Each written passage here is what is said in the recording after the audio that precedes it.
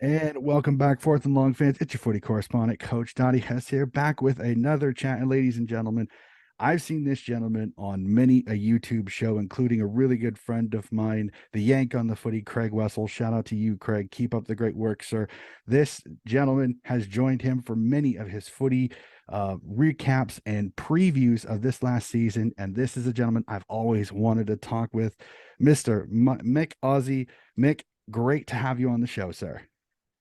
Yeah, great to be on. And I know you're a big AFL fan and AFLW women as well, and international football. So I especially wore my Ottawa Swans jersey because I know you're a big Sydney Swans fan. There you go. Absolutely love it. That is fantastic. A great way to start off this show. Let's hop right into it. Mick, I know who you are. I've seen a lot of it, but not everybody that may watch this show knows a little bit. So why don't you tell us just a little bit about yourself away from the game of football?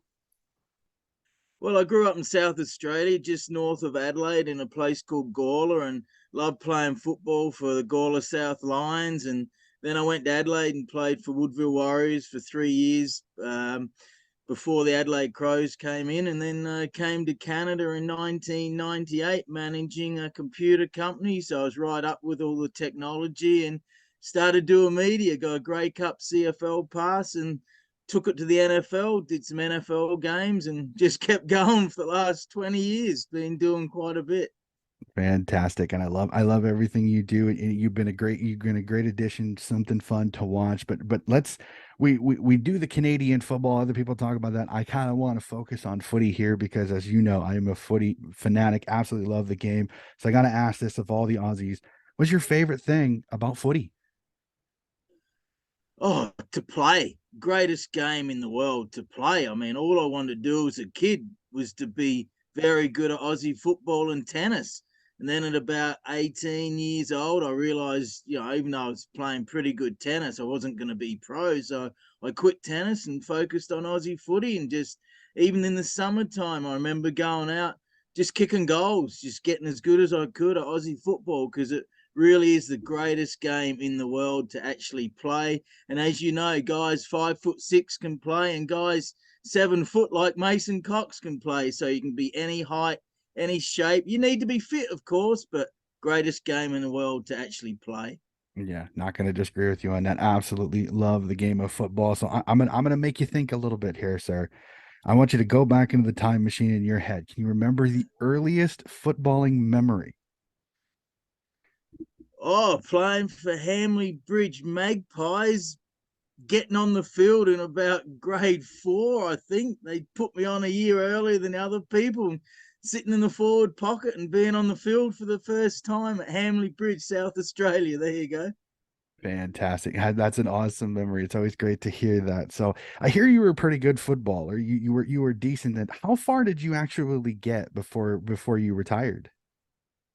Yeah, well, see what happened in before the AFL was formed. So the Adelaide Crows came in 1991. So that was really when the first true AFL became because they needed Adelaide in the AFL. So from 88 to 90, I played in the SANFL, which was the second to top league behind the VFL. So it's maybe like 15% less than the VFL, maybe 20, but the best SANFL players went to the VFL for money because there was more money. So I played mainly reserve, but I played some league games in 1988 and then did my knee in 89, then played a few more in 1990. So that was a highlight. And some of the guys I played with went on to play for the Crows. And I remember Michael Aish's testimonial game, a legend for Norwood. I came off the bench and I'm out in the middle with Andrew Jarman and Michael Aish and Gary McIntosh, and I'm going, wow, I'm actually playing against these legends. It's quite eerie, actually, when you think of it.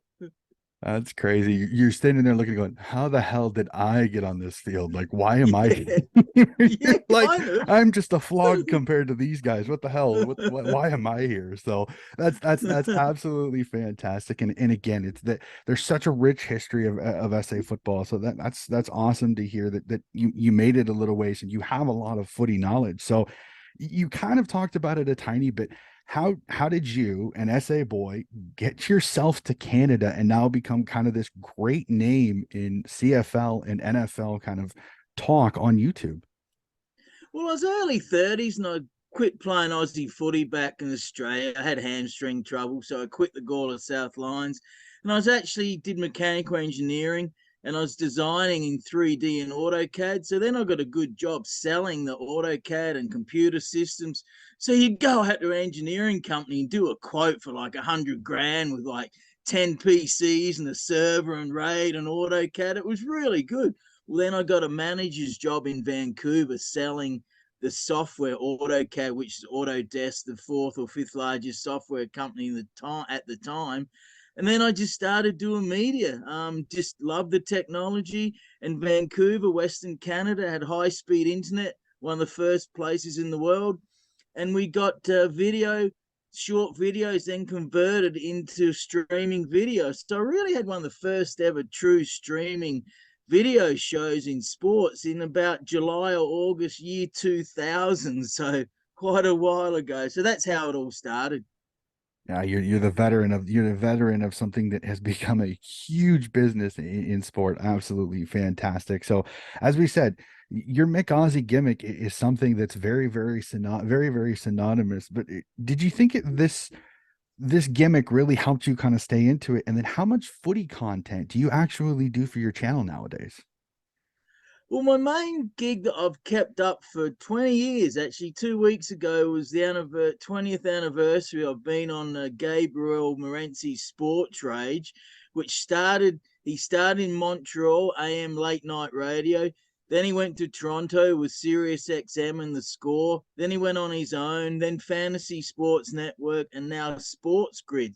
So I've pretty much been on once a week for 20 years on with Gabe, and I really enjoy it now because the technology is amazing. Through my cell phone, it's video, it's on YouTube, it's on Roku, it's on all these platforms all over the world, and they get quite a few viewers in the USA, of course. So it's focused on sports betting, and I try and mix in some comedy.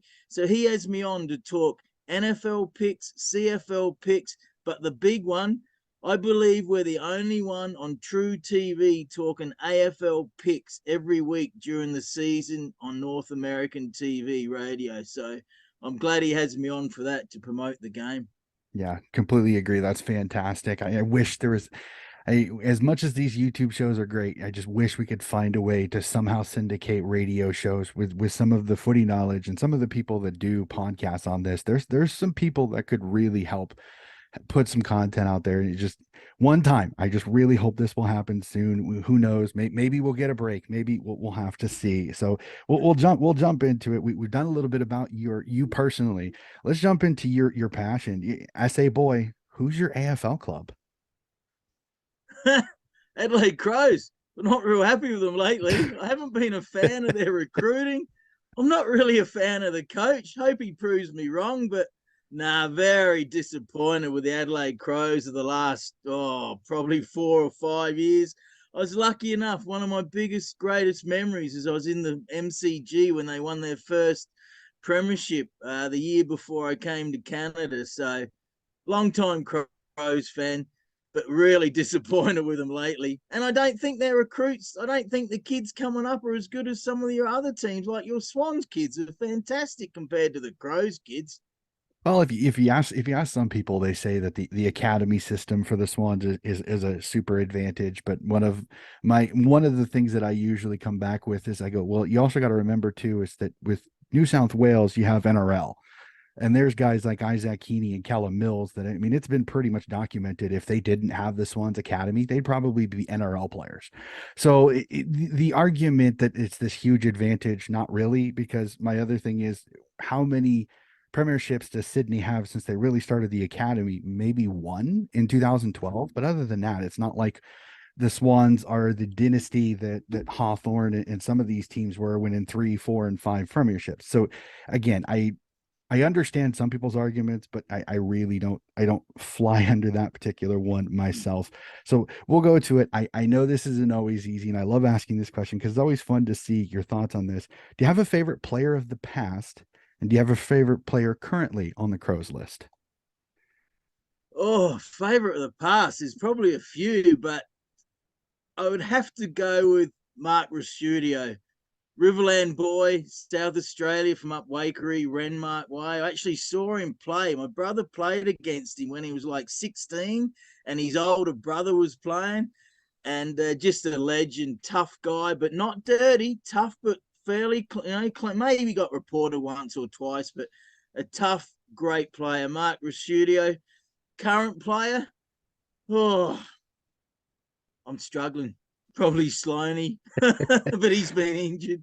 Yeah, ACL last year, unfortunately, and so that's been hard for him. I hope he gets back on the track because he's a solid player. We'll have to see if the youth that they're trying to bring in, we'll see if Sloaney gets replaced out of the midfield or not. It'll be fascinating to see that. So I'm gonna ask you this as an American. I know the struggle. We are so far away from Australia. Has your passion for the club diminished at all since you've been away in Canada?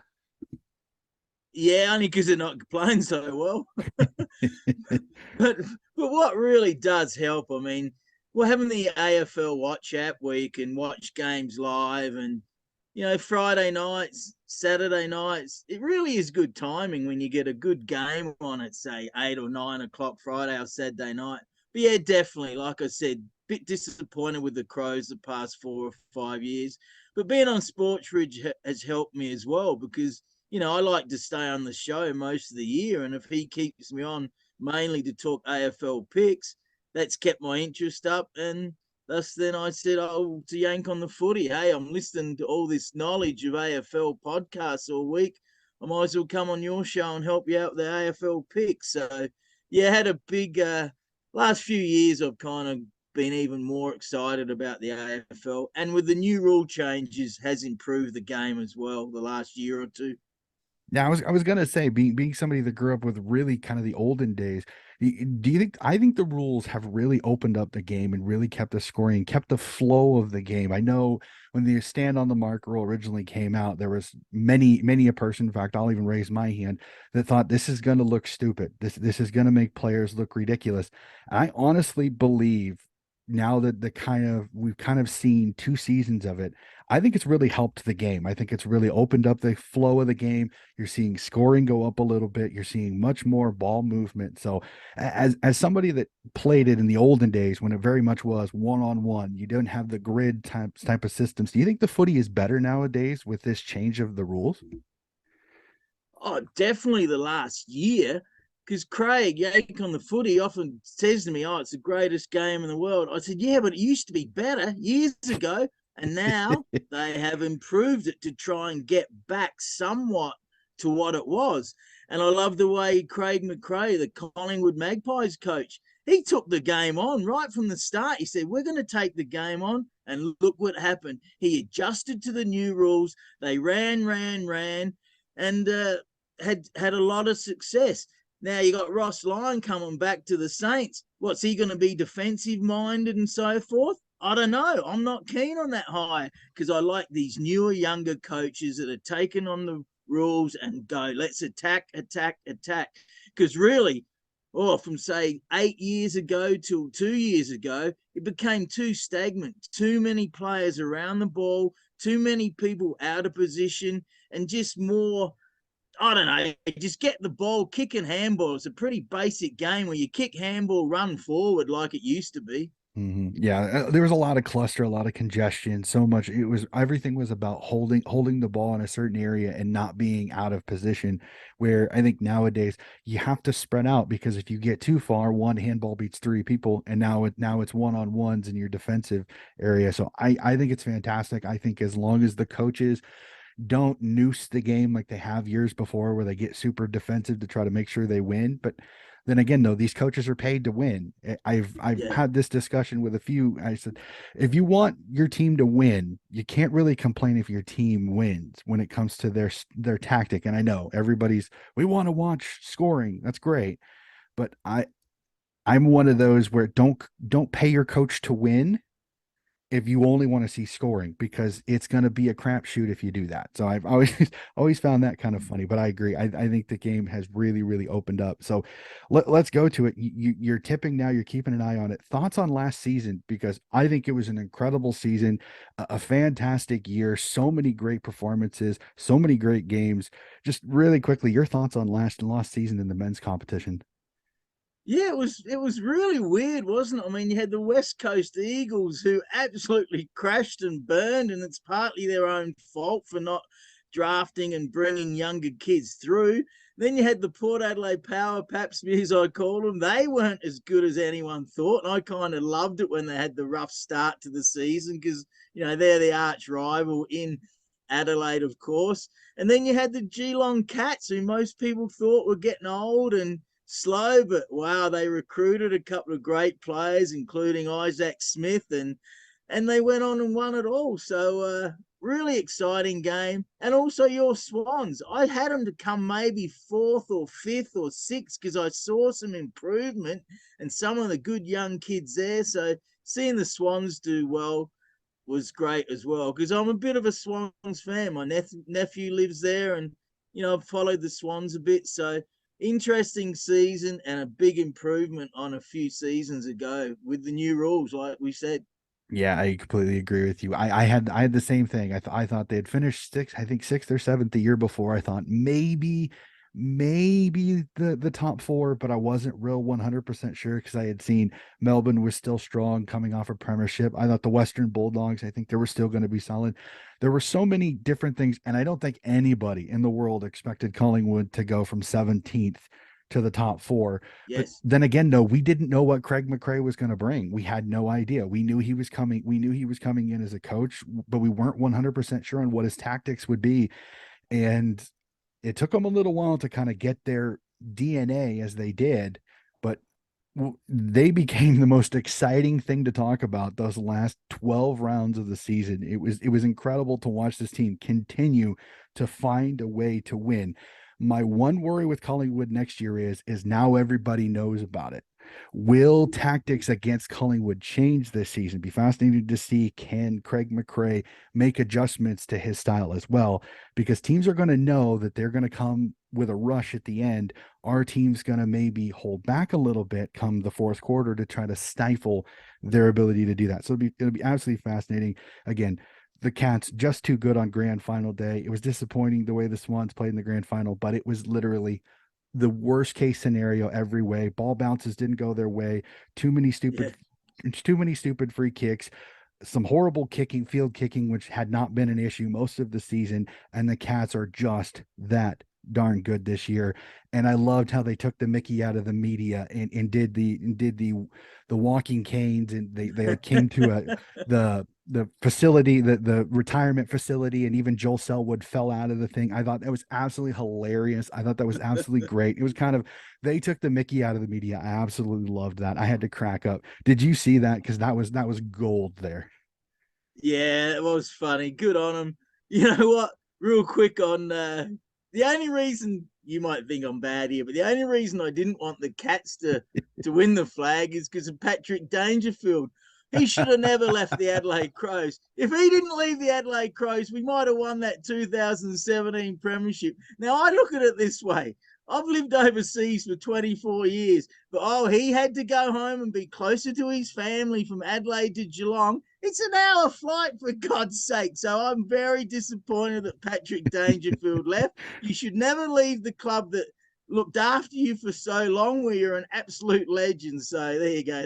He's a great player, though. I mean, he really is. But I don't know, he gets a bit new wave, modern, too much for me. But fantastic player.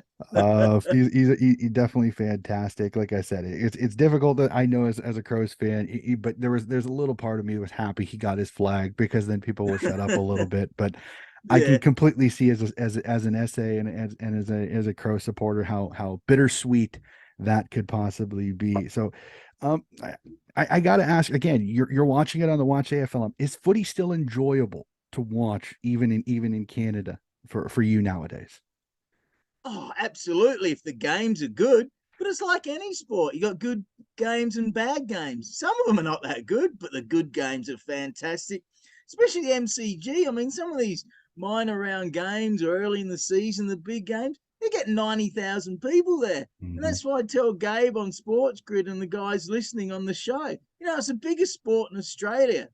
Absolutely, it is. And the crowds are massive for the good games. And luckily, I'm actually going to be there for round one in March, and we're flying to Sydney, then Adelaide, and we're pretty sure we're going to take a road trip to Melbourne and be there for the first game, Carlton and Richmond, and then the Geelong Magpies game on the Friday night. The girlfriend needs to see a proper game. We've taken her to the trial games. And the road trip from Adelaide to Melbourne along the Great Ocean Road is fantastic as well. So hopefully I'll be at the MCG for the Thursday and the Friday night, round one. I'll definitely keep an eye out and safe travels on that. I'm jealous. I wish I could do that for sure. That would sounds fantastic. So let's go a little more locally when it comes to footy. How do you feel about the expansion of footy here in North America, in Canada and the US? Wow, it started, didn't it? Probably 25 or so years ago in Toronto, Ontario. They formed a league, and then Paul, the original founder of USAFL, Paul O'Keefe started it in America, and it's just growing. But there's so much more potential. And the US Nationals are great. I've played in 3 or 4 of those, so they were a lot of fun as well. But so much potential. COVID knocked us around for a year or two here, obviously. Um, Good growth, but potential could be even more. And Pat McAfee gets on and talks about it for a couple of weeks and then doesn't talk about it at all. Oh, there's a story. I got a big story about that, but Oh yeah, I mean, boy. he really he's a guy with a massive audience. I mean, Gabe and I are trying. We get probably 50, 60,000 listeners, viewers per show, but McAfee's getting like hundreds of thousands. So I don't know. That guy, if he kept on talking about AFL, I mean, he's had Mason Cox on a couple of times, but that's the potential that the AFL need to hone in on. But they make out they care, but they really don't care that much. Yeah, well, I don't want to. Unfortunately, I don't want to go into that. But I've had many a discussion with Brian Barish, the media manager, and I think that's one pet peeve we both have, because I think we both can see there's possibilities, and we'll talk about that just a little bit more here. Are you involved with any clubs in the Edmonton area? Yeah, I've umpired up here in Edmonton for probably the past well, I've been here 8 years. So I started umpiring here. I didn't do as much this year, but I umpired a couple of games. But I enjoy umpiring. I played my last game for the Ottawa Swans and then started umpiring over there in the OAFL, Ontario Football League. And I enjoy the umpiring. As long as you sort out the guys not to take crap from them, I give it back to them a bit. Hey, if they start being idiots, I give it back. But really, the back chat can get out of control in certain parts of Canada and the USA, I'm sure, and Hmm. everywhere actually. So as long as you sort out the players and don't take it from them, it can be a lot of fun. And mostly, they really respect the umpires here. And the women, I've umpired some women's footy. Oh, they totally respect the umpires. It's fantastic.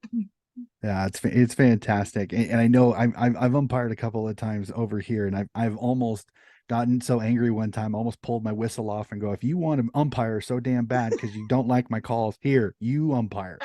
And that shuts them up pretty quickly when you do Yeah. that, because then they're like, oh yeah, it's like, I'm taking the time to do this, I'm trying to help you play the game. If you're going to abuse me, you're going to get it, and then I'm going to abuse you like you did, and we're going to see how you like it. And it usually stomps it a little bit. I absolutely love that. So, and thank you.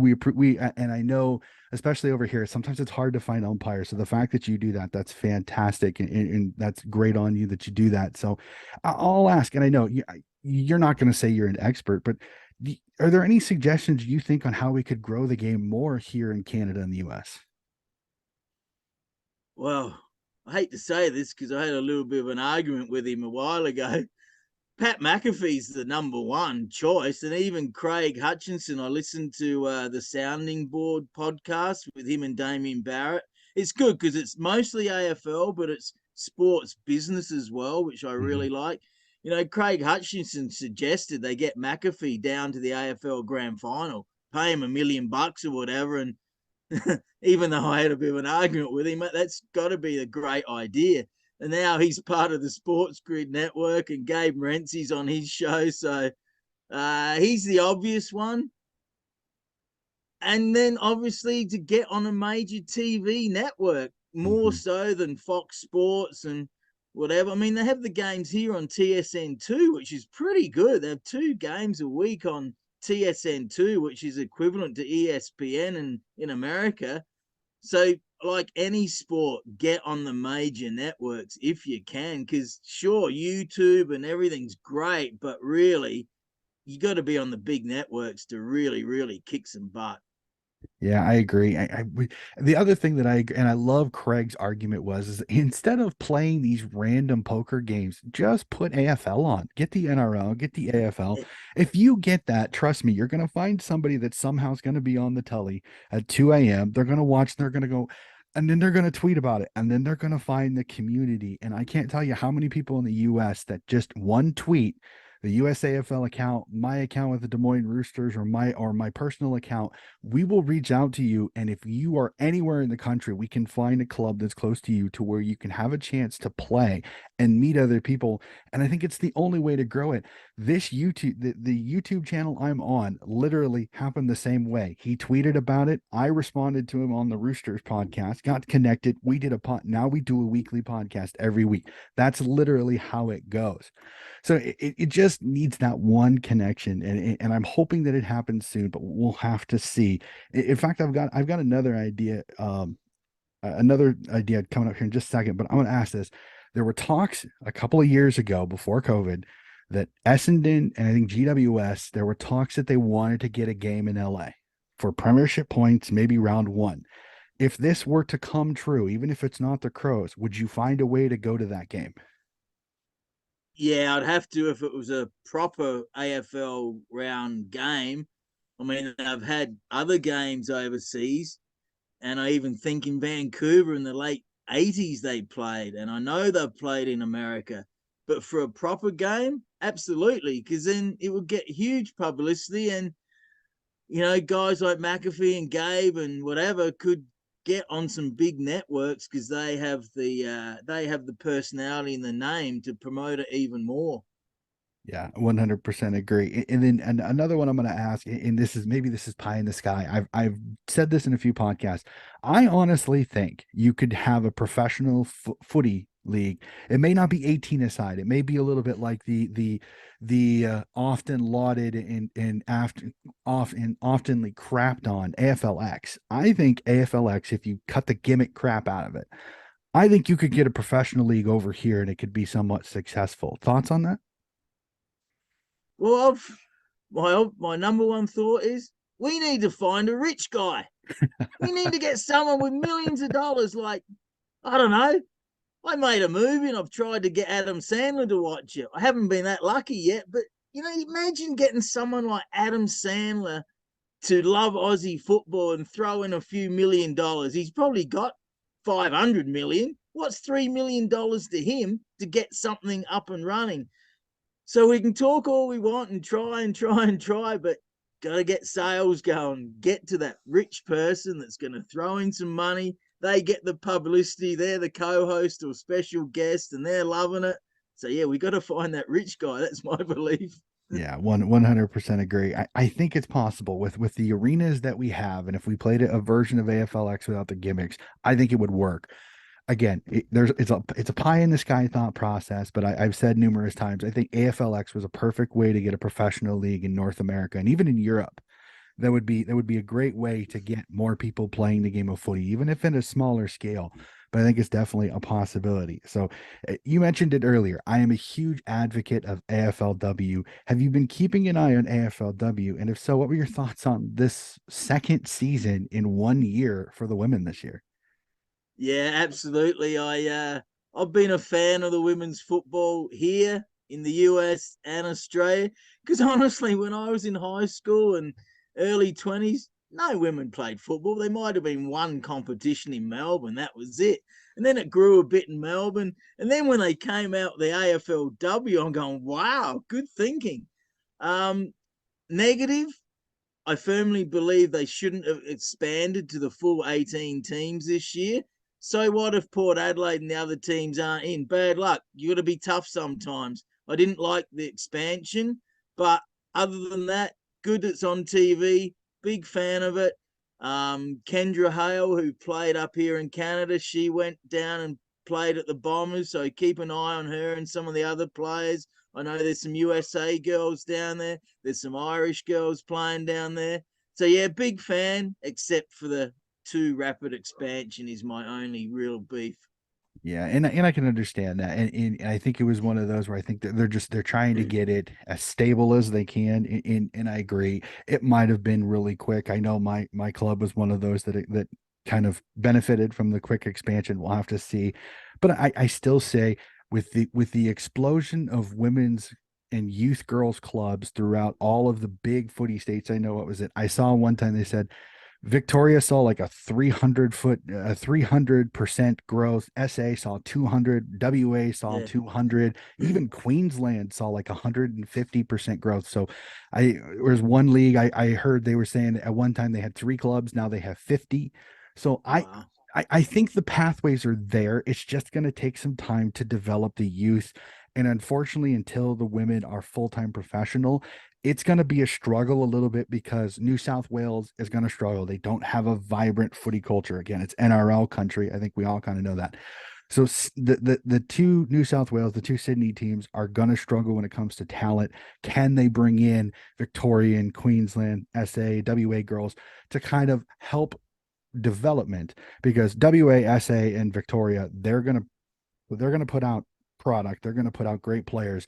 It's just going to take some time for it to develop. I think there's a huge amount of upside here. I completely understand where you're going. I think it's going to be a couple of years. It's going to be ugly, but I think eventually the talent will even out, and I think we'll have one hell of a competition very soon. Really quickly, personally, who's your most impressive player in the women's league that you see nowadays? Oh, well, I'm a big fan of Erin Phillips. I actually played against her dad and I went out I went out with her auntie for a while, was quite good friends. So big fan of Erin Phillips and the fact she played in the WNBA over here. Dallas, I believe, was one of the teams. Mhm. And when the women's first started, Dad said to me, "Oh, Erin Phillips is going to play." I said, "So what? She's a basketballer." But wasn't she fantastic? Really, really good player. She's getting a bit older now. And Taylor Harris, bit of a fan of her. She's a boxer, like off the proper professional type boxer. Mhm. She's got the personality, hasn't she? Like she's really goes in hard. She's tall, so yeah, a bit of a fan of the way she carries herself on and off the field. Yeah, and she has a good crack at a specky mark whenever she can. Yeah, You got to give her that. She goes full bore. She crashes the pack. Absolutely love watching her. Another one, if you get a chance, Mon Conti, really slick one with the ball. A lot. I think her and Scott Pendlebury have a lot in common. They get the ball and the game slows down. It's like they move in such slow motion that it's fascinating to watch them because they're so good 360. They find ways into gaps. They're great with the disposal. So Mon Conti's another one I think is a future absolute superstar. And one thing that I've heard when it comes to Erin Phillips, I'd heard when she was a kid she would play on boys teams and she would be the best and fairest. That's how good she was. That the only reason she didn't play any further was because the pathways for women stopped at like I think it was like 12 years old. But I had heard right. pre 12 years old, they said she was the best. She was the best out of any of them, even all the boys. Like she was winning best and fairest on boys teams. So, Wow, so it I didn't. didn't So know yeah, that. I had heard a few stories about that. So when she came back, she was super excited.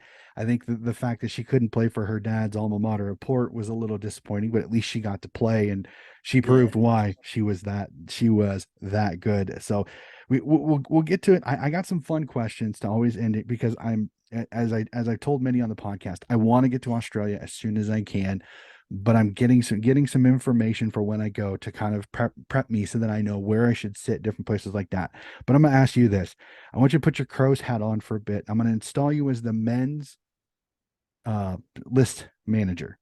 You can bring in one player from the entire competition. Doesn't matter what club, doesn't matter who. Who's the one player you bring to the Crows and why? Oh, Tyson Stengel, bring him back. I love it. I was waiting for danger. I was waiting for danger there for a second. I was like, watch him No, bring Dangerfield back. we, Uh, we need a couple of very skillful on bowlers. So 25, 6 year old, very good on bowler that can run. So yeah, we're lacking a bit on the skillful, great on ball player. Absolutely, we are. Awesome, awesome. So we'll go to this as an SA boy. I got to ask this question. So the grand final a few years ago found its way outside of Victorian soil for the first time, and for 2 years it was not on Victorian soil, and we kind of saw an NFL style Super Bowl grand final. So I got to ask this. I know pie in the sky, the 50-year contract with the Melbourne Cricket Club.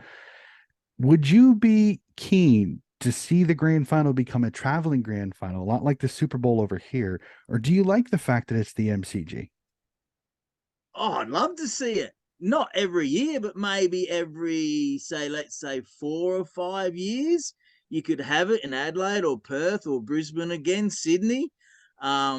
Sure, Melbourne's the home of football. I know that. 100,000 people can get in the MCG, which is brilliant, massive crowd. But Melbourne, like any big city, has its arrogance. And we had some lads come over from the VFL to play with us, and they just thought they were a bit too good. And before long, they were in the reserves or out in the country. So Melbourne's got some arrogance, which sometimes annoys me. So yeah, every 4 or 5 years, it'd be great to take it around Australia. Absolutely.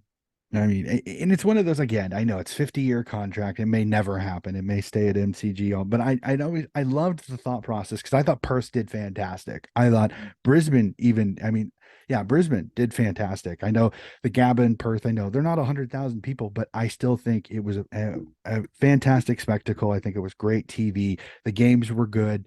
I think even the blowout between the Demons and the Dogs, I still think it was a fantastic game until the D's Oh got yeah, going. Basically, that was an yeah, absolute yeah. cracker there. So we'll go to it. I don't know how much you're keeping track of it, but the AFL is going to do what they call the gather round, a lot like the NRL's Magic Round. Thank God they didn't call it the Magic Round, but it's going to be in SA. It's going to be in your home state.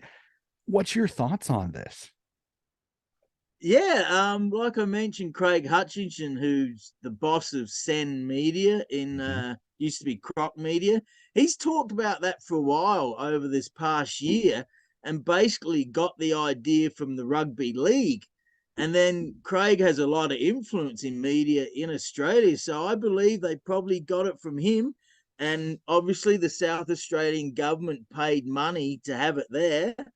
I didn't think it would be there actually, but I'm happy for it. Yeah, it's good. It'd be good. A lot of kids can go during the week, school holidays, and basically build it up as a big marketing event. Be good. Yeah, and if I heard right, members of each of their clubs, as long as they let them know when they purchase tickets, they'll get free tickets to the game, so they'll be able to go too, which is fantastic. Which will see Right. great tourism for SA and all that. And they're not doing all the games at the Adelaide Oval. I know that they're doing a couple in even some country SA, so which is Yep. fantastic. So and I love it. As much as it would have been interesting to see it at New South Wales, I kind of understand have it in a football state this first year, see how it goes. I mean, it could be a bomb. Nobody could go to any of the games except the SA games. We'll have to see. I don't think so. I'm hearing a lot of people like, I'm getting ready to get my tickets for gather round. I'm not so super keen on the name, but you know what? Let's go with it because at least they didn't steal Magic Round. So, alrighty, Right. we've come to it. Let's go back to your days. What's your go-to food when you go to the footy? Oh, pie or pasty? Probably a pasty with tomato sauce. Yeah, I Awesome. miss them over here. They're not real healthy. Like you can't eat them all the time because kind of a bit fattening, but the good pies and pasties in Australia, I miss them. Absolutely, I do. Awesome. In fact, I don't know if you've seen this, but I for every year for the grand final, I make homemade Aussie meat pies for the grand All final, right. and then conveniently this year, just before grand finals, I became aware in Des Moines, in Iowa, we have an Aussie bakery that makes pies and sausage rolls and sells them on a daily basis here. That Wow. the local Roosters team we're getting in connection with, and we're hoping to have them at a few of our events next year. But they are super keen. I think the gentleman that owns it used to play footy back in Melbourne. I think it was either Footscray. I think it might have played for Footscray at one time. Right. So Wow. we're super excited about that to have an Aussie bakery here in town. So I'm gonna have to catch myself a couple more pies from there, which are absolutely fantastic. So you're going back to Australia as you said. So you're gonna go to a game. Where is your ideal place to sit and watch the footy? Obviously in the middle, probably halfway up. Like I said to the girlfriend, I watch the CFL from the end zone because I like to watch what the quarterback does and I learn more. But Mhm. nah, Aussie footy, you got to be in the middle. You don't want to be behind the goals or in the end zone. In the middle, about halfway up, so you're not too far away, would be the ideal. Absolutely. Awesome, awesome. And the last question that I ask, and I love this one because this is so much fun, and you've got years of this. What's your favorite game of footy that you have ever seen? Live, tape delayed, at the ground, at home on the telly? What's your favorite game of footy you've ever seen? Oh, can I give you two? It's Go hard ahead. to choose. That's fine. Give me two. I'm okay with that. Oh, well, being at the game to see the Crows win their first premiership against St Kilda as an underdog. I was sitting there with Phil, my mate from South Australia. That was brilliant because it wasn't expected. And I love the coach, Malcolm Blight, still listen to him on the radio. But on TV, replay, the 89 Hawthorn Hawks, Geelong Cats had everything. And people always go to it, and that's the reason. Dermot Bratton getting cleaned up and staying on. The fights were crazy. Gary Ablett kicking 9 goals and losing. Yeah, it's got to be that one. Best game ever. So if you go to YouTube, people listening, make sure you get the full version from Channel 7 and it's absolutely brilliant. You'll think we're crazy back then. And that's when I was playing in the SANFL. So it was pretty rough back then, Well, but clean too. and to go off that, I listened to Triple M Melbourne all the time, and they actually talked about they recalled that game. They actually had a recall like 2 or 3 years ago, and they had BT, JB, James Brayshaw, they had Duck, and they had Billy Brownless, who was in the game. So they literally take the Mickey out of him in several times in this game, and it's absolutely hilarious. And I think YouTube even has that recall where it's like they're calling the game. You're seeing the video of the '89 grand final, but they're the ones calling. Absolutely hilarious. It is absolute gold. If you get a chance to listen to that version, it's pretty good. I know it's not the old the actual day of like Channel 7 announcers, but if you want a good laugh and enjoy somebody having fun at calling the footy, the recall, the Triple M recall of it is absolutely to die for. It is hilarious. Wow. Actually, one more on that. Dipper, Robert Dipierdomenico, Hmm. legend. As you know, at the US Nationals in Vegas. I don't know if you've seen this, I haven't told you, but he was there and I got an interview with him poolside on the Saturday night of the Vegas US Nationals. And he's talking about how the priest came into the hospital and said, "Mate, you're nearly gone." He had a punctured lung. He kept playing. So the legend Dipper got a great interview with him. So that was a highlight because what a player that guy was. Yeah, and I've heard stories like 6 or 7 of the guys had to go to hospital after the game. So that was that's footy. That's footy in the late '80s, early '90s. Absolutely fantastic. Well, Mick, this has been a fantastic conversation. This is one I've been wanting to do because I know you got such a great personality, and I loved your chats with Craig. Craig's a really good friend of mine. We go back and forth all the time, and I'm so glad to have you on. And to see your excitement for footy, even though you're in Canada, it's awesome to see because I've had many an Australian say the same thing, like, you're so passionate about our game. We love it. That's one of the things I like, finding people that enjoy the game as much as I do, because I love this game.